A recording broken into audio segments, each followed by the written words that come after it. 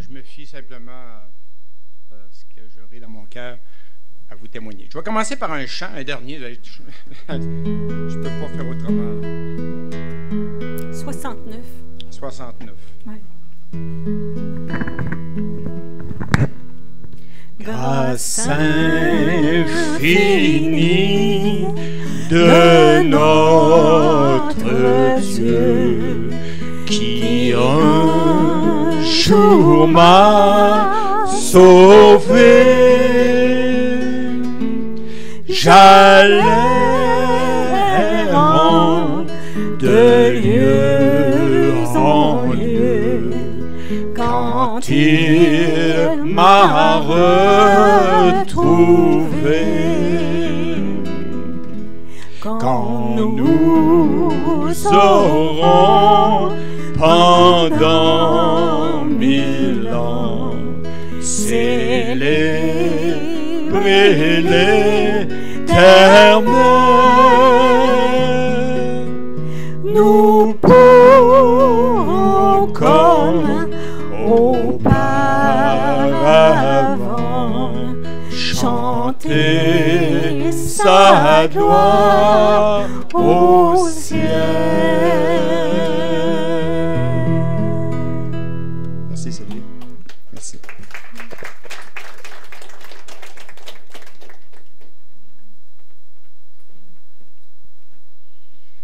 Et oui, Outre-mer, à Lévis, je suis venu au monde-là, il y a 69 ans, presque.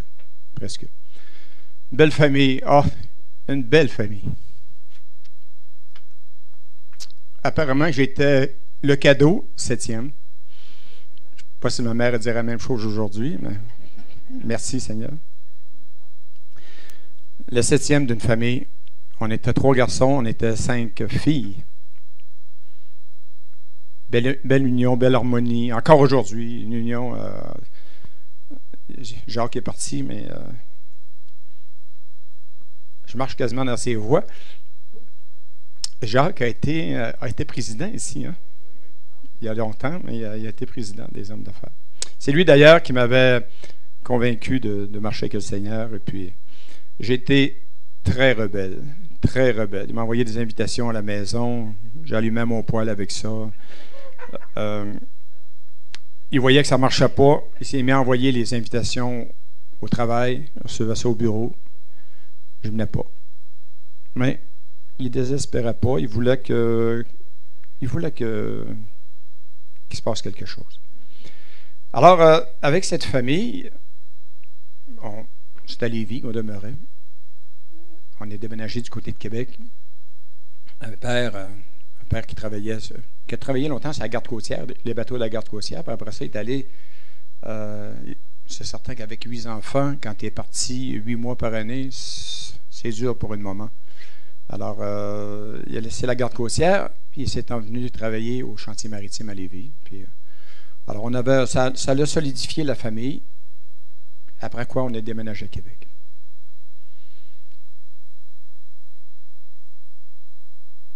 Moi, j'ai surtout connu l'époque Saint-Pascal, Giffard, ces époques-là. C'est là que j'allais à l'école. Des coins quand même assez rough. Moi, j'étais pas rough. Je ne peux pas dire que j'étais une personne rough, mais je me suis fait brasser un peu. Mais il faut croire que on a pourvu, on m'a donné quand même un physique pour prendre soin de moi-même. Je n'ai jamais eu ben de problème avec ça. Mais c'est avec cette famille-là que j'ai pu connaître mes premiers. Ben, à l'époque, regardez à l'époque, hein, tout le monde, on était sous, j'aime pas dire sous l'emprise, j'aime pas ça. Mais en tout cas, il y avait une église qui était au-dessus de tout ici au Québec à l'époque. Et puis, ma famille était de même. Nous avait élevés dans cette religion. C'était correct. C'était l'église de Jésus-Christ. Puis c'était correct. Sauf qu'elle avait sa façon de fonctionner. Mon père était hyper religieux. Hyper religieux. C'était croix ou mère, là. Tiens. Ma mère, elle n'a pas aimé ça. Ma mère, par contre.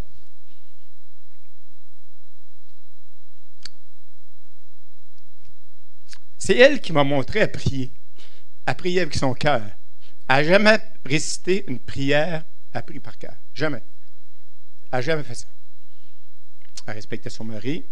Elle disait tout le temps, ils ne veulent pas aller à la messe, chiale-la pas. Prie avec eux autres. Mais lui, il ne le faisait pas. Mais elle le faisait, par contre. Elle m'a montré à prier. Très jeune. Alors, c'était un peu c'était l'école primaire. C'était, vous savez ce que c'était, les premières communions, les confirmations. Et toujours dans un esprit de familial, des rencontres, des tricotés serrés. Les grandes sœurs, je ne me cacherai pas, là. J'ai été gâté, pourri par mes sœurs. C'était quand t'as 4 sœurs en avant de toi, je passe en... Eux autres, ils en ont profité. Puis je suis content pour eux autres. Je suis content pour eux autres. Alors, là, c'était... oui, il y avait très jeune, au niveau du primaire, il y avait vraiment un côté spirituel très fort en moi. Et puis, je me rappellerai tout le temps, en 5e année. Eh, Seigneur! Là, la panique m'a poigné.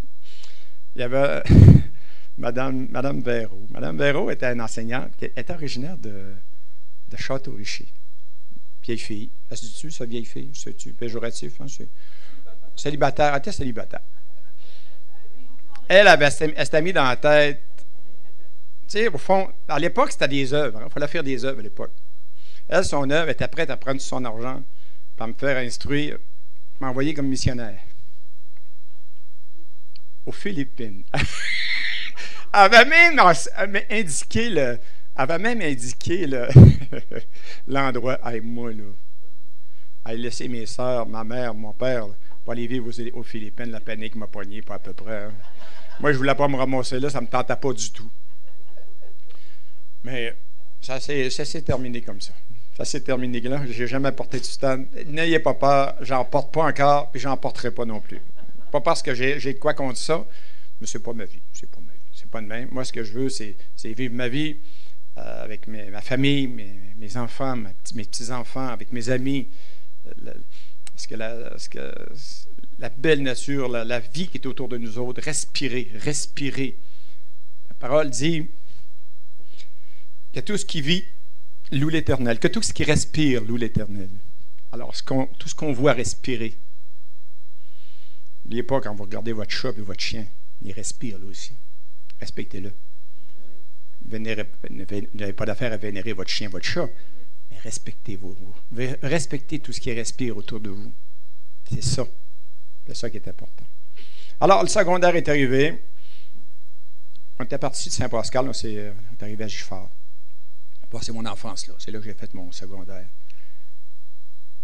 Et là, il ne faut pas se le cacher, mon père a toujours travaillé. On n'a jamais rien manqué. On a toujours mangé 3 repas par jour. Toujours bien entouré, mais il y avait pas, c'était pas la richesse. Là. C'était vraiment pas la richesse chez nous. Mais on ne manquait de rien. On était heureux. Je ne vous dirais pas que j'ai passé mes Noëls avec un orange, pas vrai, mais c'était pas loin de ça. T'sais. Il y avait en plus les épluches. Mais non, je fais des farces, c'est pas vrai. Je manquais pas j'ai rien manqué, mais c'était vraiment pas l'abondance. De telle sorte que lorsqu'il est arrivé, j'étais arrivé au secondaire, alors pour moi, c'était important de gagner mes sous. J'avais une indépendance, j'étais quand même un débrouillard. J'ai commencé à gagner ma vie très jeune. À 12 ans, j'ai commencé à gagner ma vie. Je regarde Michel qui tout à l'heure qui a parlé ici sur la boîte de requêtes, qui a prié sur la boîte de requêtes. Michel était un livreur au niveau de la boulangerie, puis j'ai fait la même chose.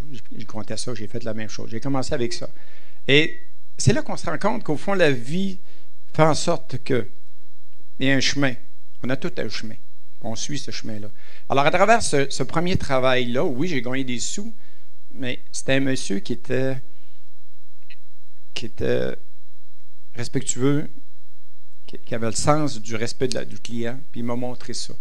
Puis ça m'a amené à me développer dans la relation humaine avec les gens, être capable de dire bonjour, sourire, puis j'ai payé des bons trucs. Il en achetait du pain, puis il en achetait des gâteaux, je peux vous le dire ça. C'était bon. Fait que ça m'a amené... oui, j'ai appris le métier de vendeur comme ça. Après ça, Ça a été dans la restauration. Oui, j'ai lavé de la vaisselle, mais je suis devenu le roi de la patate. Puis j'ai appris à cuire des viandes, j'ai appris à quelle affaire. Et puis, excusez, hein, moi, quand dans l'émotion, moi, je pleure pas, mais je dégoûte du nez. Fait que là, j'ai gagné l'argent. J'aimais ça. J'aimais ça. Puis j'aimais ça. J'ai découvert que c'était agréable. C'était une façon de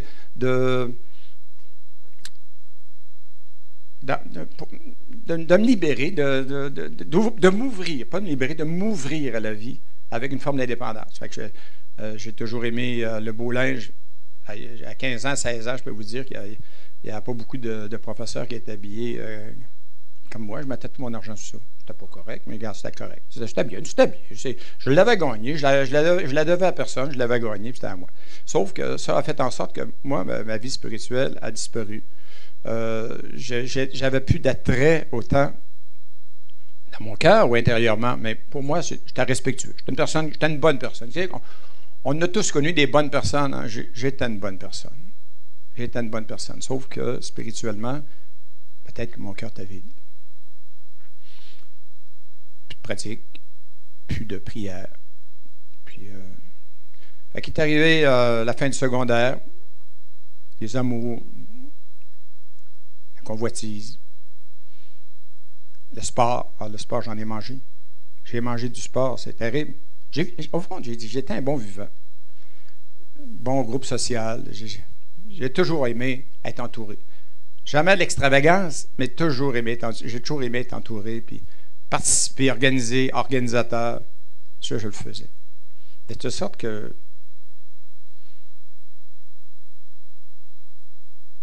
j'étais dans une autre direction. Est-ce que j'étais dans la mauvaise direction? Non. J'étais dans une autre direction. Ça m'a fait grandir, ça m'a montré la vie, ça m'a montré ce qui se passait autour de moi. J'ai vu de la souffrance, j'ai vu de la peine, j'ai vu de la joie aussi. Fini mon école et j'avais appliqué à la Sûreté du Québec. Ils ont cru en moi. Ils m'ont accepté. Fait mon cours et travaillé très peu comme patrouilleur. Il y en a qui pensent que je lui ai donné des billets, là. Des grosses chances que non. J'ai surtout touché aux enquêtes criminelles. Mais ça n'a pas d'importance. Et chacun fait son travail. Les autres, il y avait un travail à faire. Je l'ai fait un bout de temps. Et c'est surtout au niveau des enquêtes criminelles que j'ai œuvré au sein de la Sûreté. Et j'ai aimé ça. On parlait tout à l'heure que la formation comme boulanger, drôle à dire, hein, à 12 ans, formation comme boulanger, m'avait ouvert au niveau de la personnalité à 12 ans. Mais après ça, au niveau de la Sûreté, on avait la possibilité là-bas, j'ai bien fait retirer mon épouse à l'époque, on a rentré dans la Sûreté avec un secondaire à l'époque. Et puis, je disais ça après ça, ils m'ont tellement fait suivre de cours comment est-ce qu'on dit ça, donc de perfectionnement. C'était toujours des concentrés. Puis là, je disais toujours à mon époux, c'était un mois de cours. On va suivre un cours d'un mois. Ça équivaut à 2 ans d'université. C'est vraiment intensif. Vraiment très, très intensif. Mais à la fin de compte, Richard, je dois être rendu avec une maîtrise certaine que les cours que j'ai suivis, hein, je ne peux pas quoi. Alors, oui, ça m'a ouvert sur la vie, ça m'a ouvert sur le monde, ça m'a ouvert sur bien du monde qu'on arrêtait. Il était fautif. Il avait fait une faute face à la société. En fait, moi, je ne vous en voulais pas comme tel. Les autres, ils avaient pensé qu'il le fait de tourner à droite, c'était correct. Puis il avait tourné à droite, puis il avait fait un crime. Puis à ce moment-là, nous, on avait affaire à présenter la preuve. Puis il avait affaire à payer le dette face à la société. C'était ça, la game, c'était ça. Chacun sa place. Entre-temps, je suis marié. 2 beaux enfants. Marie-Noël, ma fille, est ici. Et puis, pas les difficultés, non. Ça a été agréable. Des beaux moments dans ce mariage-là, des beaux moments. Sauf que tu cherches. Tu veux toujours plus. Et ça avait commencé à 12 ans, au fond. On veut tout le temps, matériellement, on veut tout le temps plus. C'est louable, c'est correct. Tu ne veux pas travailler pour rien, tu veux travailler pour amasser des biens. Mais quand tu en mets trop, tu y mets trop d'emphase. Quand tu y mets trop de. Quand ton focus est sur ça, tu passes à côté de certaines affaires. Alors, oui, mes loisirs prenaient beaucoup de place. Oui, mon travail prenait beaucoup de place. Oui, mes occupations prenaient beaucoup de place. Et ma famille en souffrait un peu. Mon épouse a bien pris soin de mes enfants. Hein? Quand j'étais là, par contre, ça comptait. Hein? Ben oui. Mais j'étais pas souvent là. Et ça l'a amené peut-être des noirceurs au niveau de mon couple, des déchirements, et ce qui s'ensuit. C'est dommage. On s'y perd à ce moment-là. C'était pas assez. J'ai embarqué avec un ami dans un immeuble avec un ami. Encore une fois, c'était du travail. Je peux vous dire que ces locataires-là ont été très bien servis. Et encore une fois, au détriment de ma famille. Mais j'en voulais tout le temps plus. J'en voulais tout le temps. Pas juste du travail que je voulais. Je voulais les gains qui allaient avec. À des endroits, j'en ai fait. À des endroits, je n'ai perdu. Mais en même temps, tu endurcis ton cœur. En même temps, tu fermes les portes. Tu fermes les portes.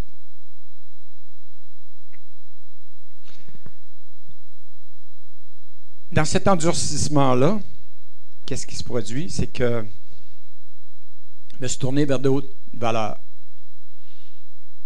Je me suis tourné vers le monde des sciences occultes. Je me suis tourné vers le monde de l'ésotérique. Je me suis tourné vers le monde de la magie blanche, de la magie noire. Et là, je me suis perdu. Là, je me suis perdu. Tu n'as plus de balise. Tu ne sais plus où aller, tu ne sais plus à qui te fier, tu ne sais plus où est la vérité. Tu ne sais plus. Ça n'existe pas, un livre, un vrai livre de sciences occultes, ça n'existe pas. C'est simplement des écritures. Ce n'est pas des écritures inspirées, c'est des écritures écrites par des hommes. C'est beau, c'est attirant, c'est alléchant. C'est débousselant aussi. Et tu ne sais plus où te tourner. Pour se fier à qui? Alors, c'est là que je vous contais tout à l'heure que mon frère, il va y aller. Jacques, mon frère, était membre du club de pêche. Je suis membre d'un club de chasse et pêche. Jacques était membre avec moi. On était propriétaires du même chalet. Il me tapait ses nerfs. Qu'il me tapait ses nerfs. On pouvait pas aller à la pêche sans jamais qu'il me parle du Seigneur. Tu sais, Seigneur. André, tu ne sais pas ce que tu perds. André, tu sais pas. Écoute, bien, j'ai laissé une religion, j'en veux pas une autre. Je n'ai jamais parlé de religion, moi. Je t'ai jamais parlé de religion. En tout cas, il faisait sa job. Il a été patient. Je peux vous dire qu'il a été patient 10 ans. C'est patient. Raymond, qui était à l'époque secrétaire, puis que. Il dit, genre, ça n'a pas d'allure, on paye des temps, mais tous les mois, on y écrit, on ne le voit jamais. Là, il disait, on ne lâche pas. Il n'a pas lâché. Alors, là, il arrive, en tout cas, je ne rentrerai pas dans les détails parce que je ne veux pas blesser personne. Mais, il arrive les décisions au niveau de mon couple. On n'a pas le choix. On doit se séparer. On doit se séparer. Un éclatement au niveau de la famille. Mais dans mon cœur, ce n'était qu'une erreur, n'était que de l'égoïsme que j'avais eu. Et pour moi, c'était du temporaire. J'ai blessé terriblement de personnes dans ça. J'ai blessé mon fils, j'ai blessé ma fille. C'est mon épouse. Mais dans mon cœur, elle était tout le temps là. Je suis parti. J'avais un appartement, puis je ne sais pas comment est-ce qu'il a fait pour avoir l'adresse, mais mon frère m'a envoyé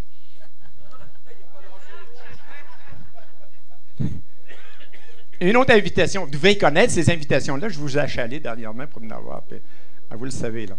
Bon, il m'envoie ça. Là, je me vois, il me semble que je me vois dans ce désordre-là.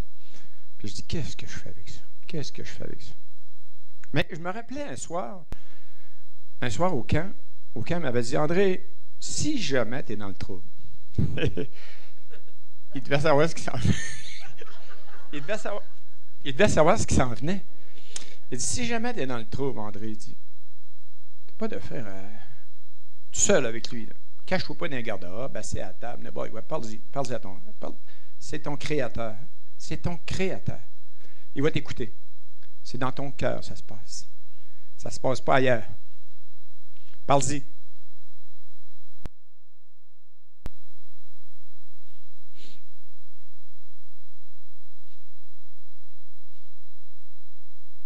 C'est ce que j'ai fait. C'est ce que j'ai fait. Je me rappelle, c'était un 23 décembre. Hey, j'arrivais de ski. Moses, de belles journées de ski. Tu sais, de la neige comme un matin, on aime ça, de la neige. Pour skier, on aime ça, mais pour venir ici, on n'aime pas ça.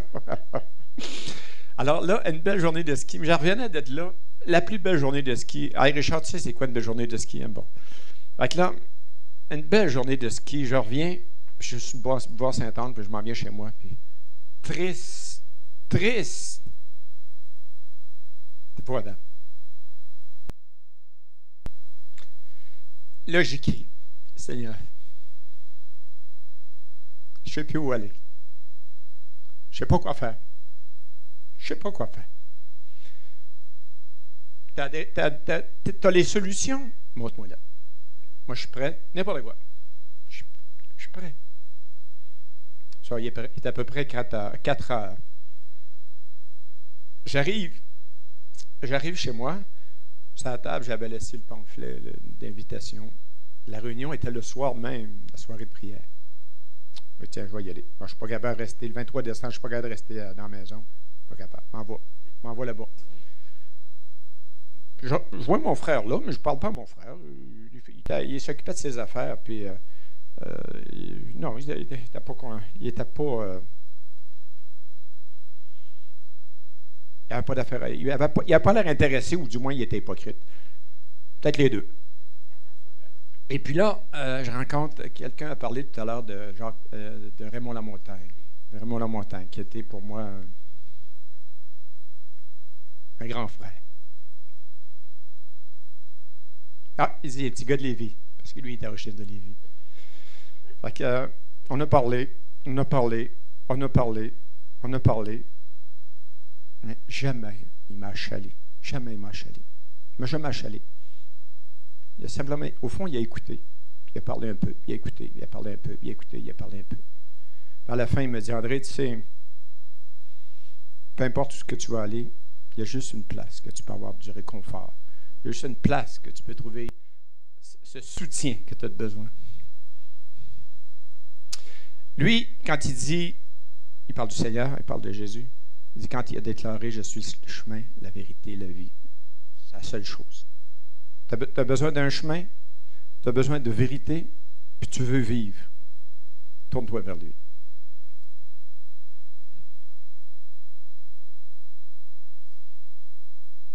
C'est ça qu'il m'a dit. Oui, toutes sortes de choses qui viennent après, mais ça m'a touché. Ça m'a touché. Il dit, si tu veux tourner la page, vraiment tourner la page sur ce qui est futile dans ta vie, c'est ça. Puis là, puis il ne m'a jamais parlé d'église, il ne m'a jamais parlé de religion, il ne m'a jamais parlé de rien. Il m'a parlé de Jésus-Christ. Le chemin, la vérité, la vie. Nul ne vient au Père que par lui.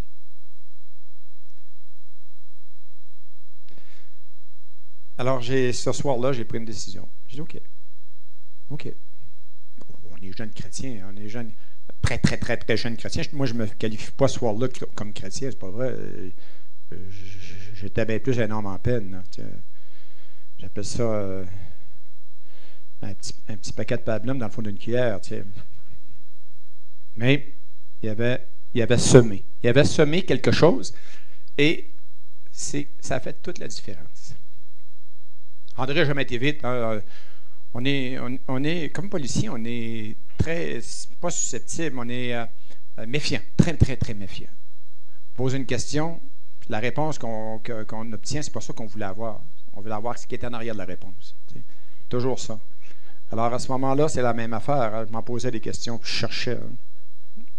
Je peux dire que ça a pris vraiment avant que je comprenne le message. Ça a pris un bout de temps. Ça a pris un bout de temps parce que j'ai cherché. J'ai lu la parole. J'ai lu la Bible. J'ai prié.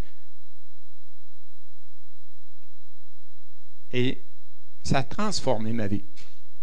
Ça a transformé ma vie en le sens que j'ai jamais été le même par après. Pas d'amertume, pas de colère. Capable de demander pardon.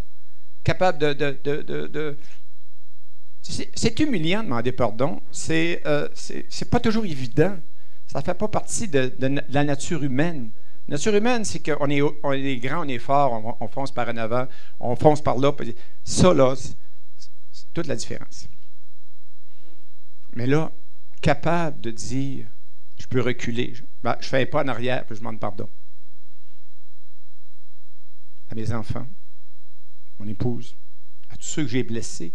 Parce que quand on marche croche autour de nous, c'est terrible, comme on pense toujours, des fois, je ne veux pas minimiser une épouse, mais j'ai dit, tout autour d'une famille, tout le monde qu'on peut blesser, qu'on peut faire mal, ne serait-ce que par une parole, un geste, ou même par un silence, comment est-ce qu'on peut blesser quelqu'un. Alors, c'est ce que j'ai appris à travers ça.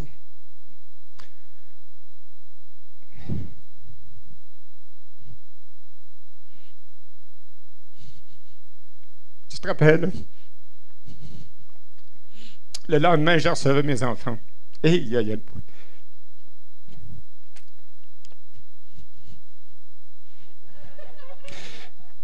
Non, mais je m'adresse à toi, Marie, parce que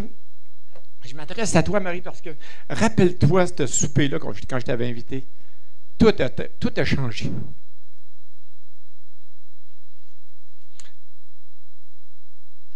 La veille, j'avais crié au Seigneur, et ce soir-là, tout a changé.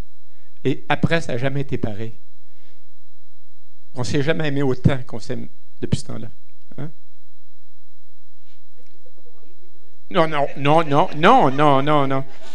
hey, c'est de la joie. C'est de la joie, ça. Non, mais je veux dire, ça fait partie du processus du pardon. Comprends-tu? Puis même moi, puis ma petite fille aussi, elle va comprendre, qui n'était pas parfait, son grand-père, tu sais. Elle va le savoir. Puis je l'aime beaucoup. Alors, c'est ça. Alors, en 24 heures, tout a changé. En 24 heures, tout a changé. En un mois, tout est décidé. Et en 4 mois, j'étais chez moi. 4 mois après, j'étais chez moi. On tournait la page. Oui, dans ça, il y a eu du monde blessé. Oui. Mais le plus important, mon cœur avait été transformé. J'ai tourné mon cœur. Par en avant.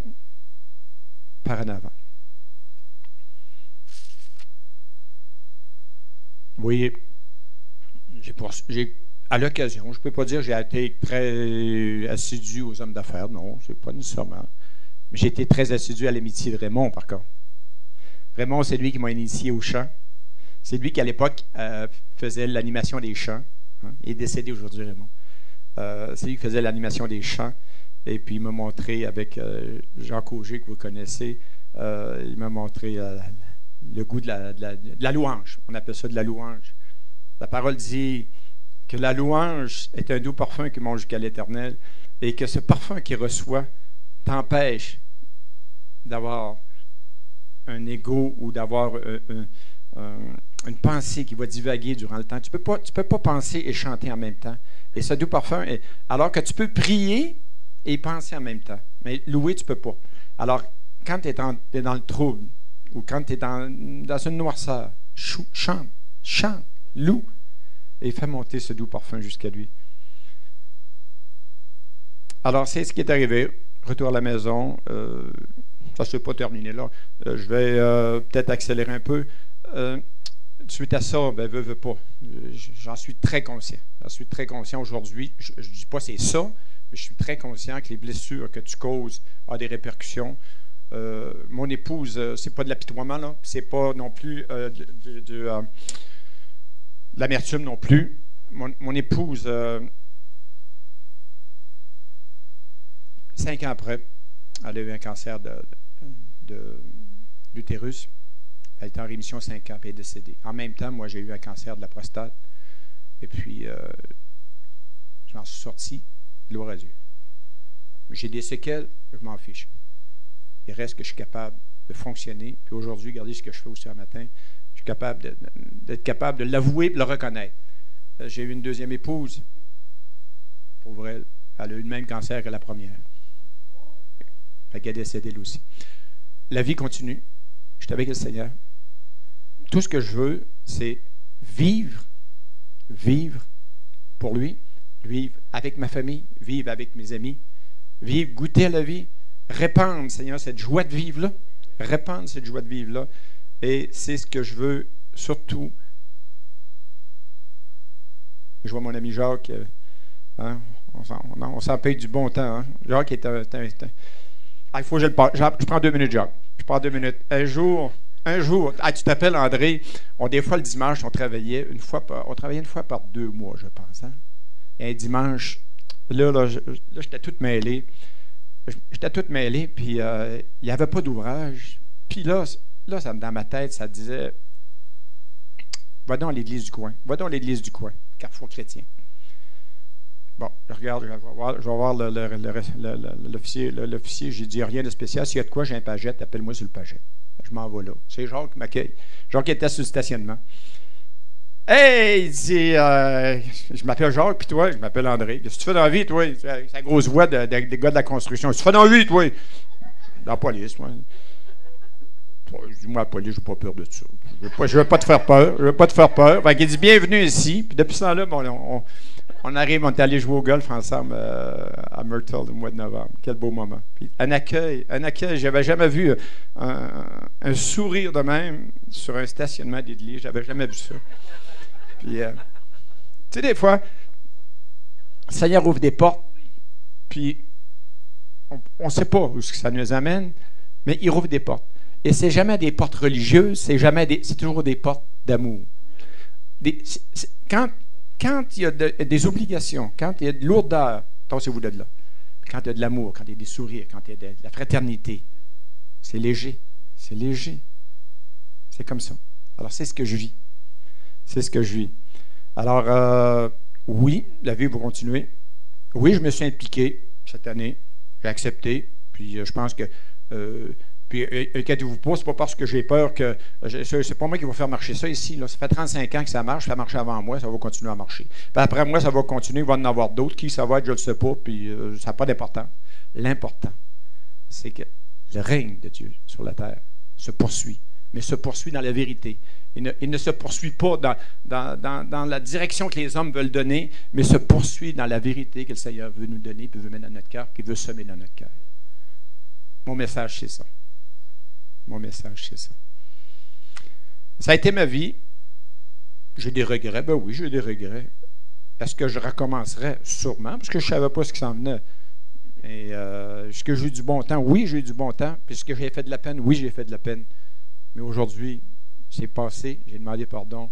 On continue. J'ai été pardonné. Et puis, c'est ce que je vous souhaite. C'est pas terminé.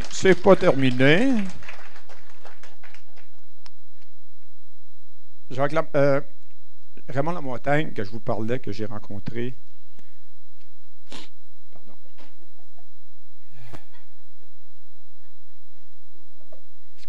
Excusez-moi. Un gros nez, c'est de l'ouvrage, je peux vous le dire. Un gros nez, c'est de l'ouvrage. Je termine avec ce passage-là. Jean 3,16, tout le monde le connaît. Moi, je vais y arriver tout à l'heure. Mais c'est l'histoire dans Jean 3, c'est Nicodème. Nicodème qui était un pharisien, un chef religieux. Et puis, il devait avoir de quoi, il devait être mal à l'aise parce qu'il est allé voir Jésus de nuit. Puis, il ne voulait pas le voir de jour, il ne voulait pas être vu, il ne voulait pas être reconnu, mais il y avait des questions à poser. Puis il dit, je vois bien, Seigneur, qu'à travers toi, il se passe de quoi qui n'est pas normal. Tu guéris les malades, les boiteux se mettent à marcher, etc. Vous connaissez tous les miracles du Seigneur. Et puis, il dit, qu'est-ce qu'il y a en toi? Qu'est-ce qu'il doit faire? Qu'est-ce que je dois faire? Qu'est-ce que je dois changer? Qu'est-ce qui n'est pas correct dans ma vie? Alors, Jésus dit à Nicodème, il dit, c'est facile, il dit, il faut que tu naisses de nouveau. Ce ne sera pas facile, un grand bonhomme comme moi, naître de nouveau avec une petite femme comme toi. Hein? Mais il dit, ça se peut pas. Il dit, je ne peux pas rentrer dans le ventre de ma mère, je ne peux pas retourner dans le ventre de ma mère puis naître de nouveau. Il dit, non, ce que je te parle là, c'est d'esprit. Ce qu'on vit, c'est temporel. Ce qu'on vit présentement, c'est du temporel. Aller travailler, aller faire l'épicerie, faire son souper, aller bricoler, aller... même ton émission, ton film préféré, c'est du temporel. Mais on vit dans un monde spirituel aussi. En parallèle, on vit dans un monde spirituel. Et c'est ça, Jésus-Christ parlait à Nicodème. Puis là, il lui dit, tu es docteur de la loi, tu ne sais même pas ces choses. Tu ne sais même pas ça. Il dit une chose qui est importante. Il faut que tu changes ton cœur. Il faut que tu renaisses. Change ton cœur. Tourne la page. Change ton cœur. C'est la seule façon. Si tu changes ton cœur, si tu laisses rentrer Jésus-Christ dans ton cœur, ta vie va être transformée. C'est aussi simple que ça. Puis l'autre point, je termine avec ça. Car Dieu, puis ça il dit ça à Nicodème, car Dieu a tant aimé le monde qu'il a donné son Fils unique. Alors croire en Jésus-Christ comme ton Dieu. Afin que quiconque croit en lui ne périsse point. Ah, ça, j'aime ça. Quiconque. T'as la face jaune, t'as la face noire, t'as la face blanche. Quiconque. T'es un plombier, t'es un boulanger, t'es un professionnel, t'es un médecin. Quiconque. Afin que quiconque croit en lui ne périsse point, mais ait la vie éternelle. La vie en Jésus-Christ. Où s'arrête l'éternité, je ne sais pas, je ne suis jamais allé. Mais la vie en Jésus-Christ, je l'expérimente actuellement. Puis je peux vous dire que pour moi, c'est le bonheur. Puis je vous la souhaite à vous tous. Alors, si vous avez à cœur de reconnaître Jésus-Christ comme sauveur, je vous demande simplement d'ouvrir votre cœur. D'ouvrir votre cœur. On va faire une courte prière, pas compliquée. Vous allez voir, je ne suis pas compliqué. Moi, je n'ai pas des grandes prières pour ça. Puis je vais fermez simplement vos yeux, baissez votre tête, puis je vais faire une prière avec vous. Seigneur, peut-être qu'on l'a déjà fait, cette prière ensemble, mais on la refait. Je vais la refaire avec mes amis, mes frères, mes sœurs. On est tous pécheurs. On est tous imparfaits. La Bible le dit, ta parole le dit, tous ont péché et sont privés de la gloire de Dieu. Allez, péché, là, ça peut être des niaiseries, mais il n'y a pas de grand péché, puis il n'y a pas de petit péché. Un péché reste un péché. Une faute sur son cœur. Alors, Seigneur, on a pu faire ces fautes. On t'en demande pardon. On te demande pardon. Tout ce qu'on veut, accepte-nous. Entre. Je t'ouvre mon cœur, entre dans mon cœur. Viens faire ta place. Et aide-moi à présent à vivre le reste de ma vie avec toi, en parallèle. Pas en arrière de moi, pas en avant de moi, en parallèle. Comme deux grands amis. Gloire à toi, Seigneur. Je t'accueille avec amour et je te dis merci pour ce que tu vas faire pour le reste de ma vie. Amen.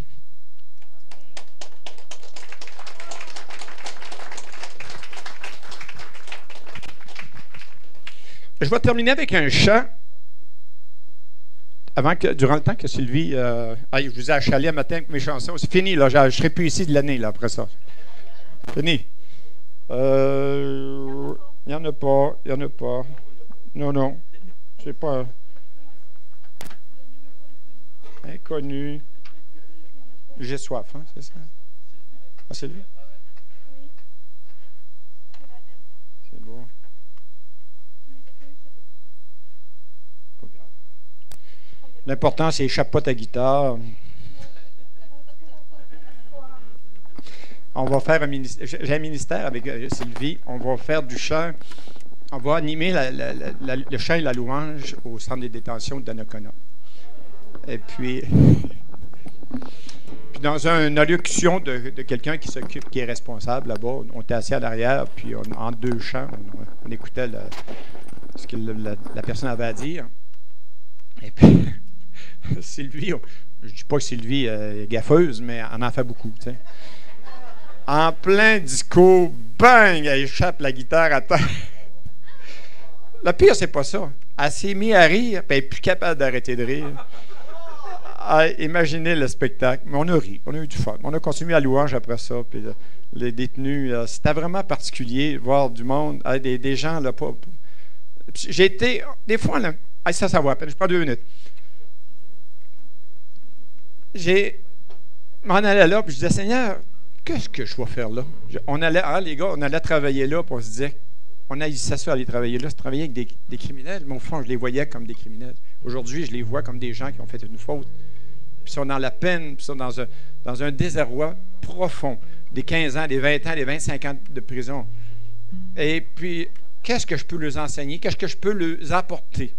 On a chanté, on a chanté.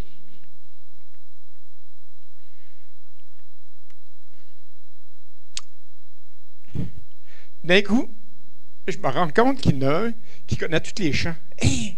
Il connaît tous les chants que je chante.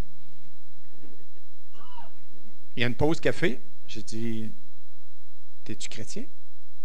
Oui, j'ai dit, je suis né de nouveau. Il dit, ça fait 2 ans que je prie pour qu'il y ait un ministère de gens nés de nouveau ici. Il dit, à soir, j'ai été comblé. Alors, ce que j'ai fait, je n'ai pas demandé la permission à personne, je l'ai invité à venir témoigner 5 minutes. Le plus beau témoignage. Il avait rencontré Jésus-Christ dans sa cellule à Vancouver. Et aujourd'hui, il dit, OK, il dit, je fais ma peine, mais il dit, présentement, je suis tellement rempli, même à l'intérieur des murs. Et c'est ce que j'ai compris. La prison, les barreaux de ma cellule, ce ne sont pas dans ma cellule, c'est dans mon cœur. Et le fait d'avoir rencontré le Seigneur Jésus-Christ dans ma vie, l'avoir fait rentrer dans mon cœur, les barreaux ont disparu. Alors, je ne vois plus les portes, je ne vois plus les murs, mais je suis en sa présence. Ça faisait 19 ans qu'il était en prison, il reste 1 an. 20 ans de prison, c'est quelque chose. C'est ça. Ouais. Alors, mon témoignage ce soir-là, là-bas, n'a pas changé grand-chose. Je n'ai pas été écouté tant que ça.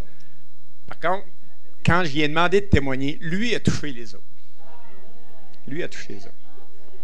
Il m'a touché aussi. Oui. Un dernier chant. Je termine avec ça. Après ça, s'il y a des gens qui auraient besoin de prière, Raoul et Lily sont disponibles. Peut-être en arrière du rideau ici. Vous pouvez y aller pour avoir besoin de prière.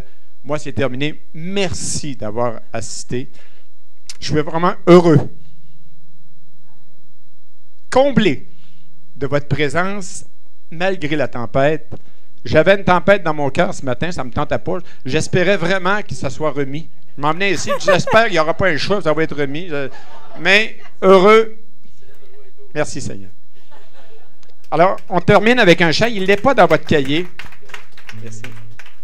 Il n'est pas dans votre cahier, mais on va s'amuser à le chanter, OK? Ben, je vais essayer de me boucher là parce que. Ça va-tu, Cam?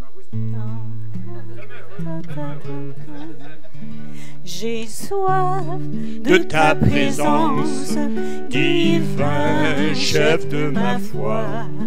Dans ma faiblesse immense, que ferais-je sans toi?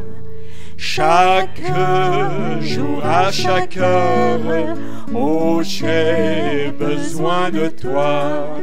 Viens, Jésus, et demeure auprès de moi. J'ai des ailes mis dans l'ombre, rôdent autour de moi. Accablé par le nombre, que ferais-je sans toi? Chaque jour, à chaque heure, oh, j'ai besoin de toi. Viens Jésus et demeure auprès de moi. Pendant les jours d'orage, d'obscurité, d'effroi, quand faiblit mon courage, que ferais-je sans toi? Chaque jour, À chaque heure, oh, j'ai besoin de toi. Viens Jésus et demeure auprès de moi. Oh Jésus, ta présence, c'est la vie et la paix dans la souffrance et la vie à jamais. Chaque jour, à chaque heure, oh, j'ai besoin de toi. Viens Jésus et demeure auprès de moi. Le refrain ensemble, peut-être? Chaque jour, à chaque heure, oh, j'ai besoin de toi. Viens Jésus et demeure auprès de moi.